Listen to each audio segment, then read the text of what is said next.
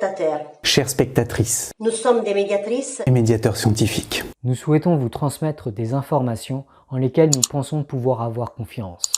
Mercredi dernier, l'OMS a qualifié la propagation du coronavirus de pandémie.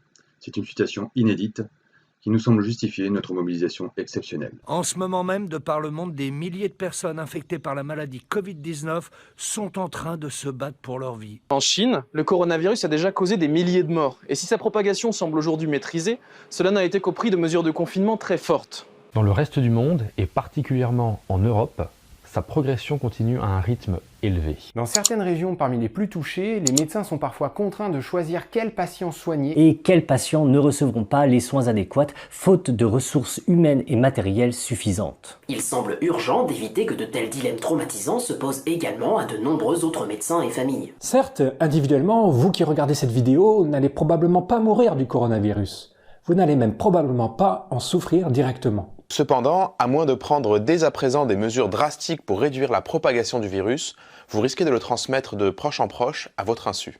Même si vous ou vos enfants n'avez pas de symptômes, il y a un risque que vous soyez infecté. Vous risquez de devenir un maillon dans une chaîne de contamination qui pourrait toucher de plus larges populations, en particulier des populations plus vulnérables que vous. Or, ces populations auront besoin de soins intensifs. Et leur traitement pourrait conduire à une surcharge des services sanitaires et hospitaliers, ce qui rendrait encore plus difficile l'accès à des soins adéquats. La bonne nouvelle toutefois, c'est que vous pouvez agir. Vous pouvez aider à ralentir efficacement la propagation du coronavirus. Pour cela, il vous suffit de suivre les recommandations des services de santé et des gouvernements, même si celles-ci vous paraissent très contraignantes ou disproportionnées. Limitez vos interactions sociales. Annulez vos soirées. Éloignez-vous des foules. Lavez-vous régulièrement les mains avec du savon. Ne serrez pas les mains des autres. Et ne les embrassez pas. Toussez dans votre coude ou dans un mouchoir jetable.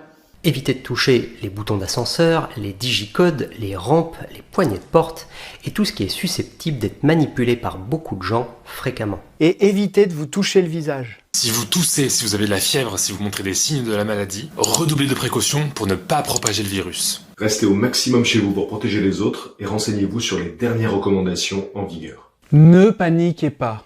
Protégez-vous et protégez les autres. Pour endiguer la propagation de ce virus, veillez aussi à mieux vous informer à son sujet, en consultant des sources fiables et à jour.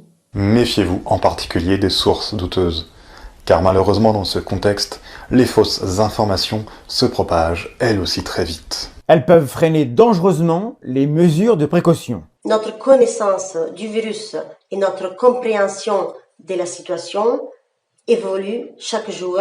Grâce au travail monumental des scientifiques et des agences sanitaires. Tenez-vous correctement informés. Et en encourageant vos associations, vos entreprises, votre entourage. À eux aussi de prendre les mesures de prévention adéquates pour freiner la propagation du coronavirus. Le coronavirus est un défi qu'il nous faut relever collectivement. Nous comptons sur votre support et votre aide pour limiter ces dégâts et revenir aussi vite que possible à une vie plus sereine. Merci.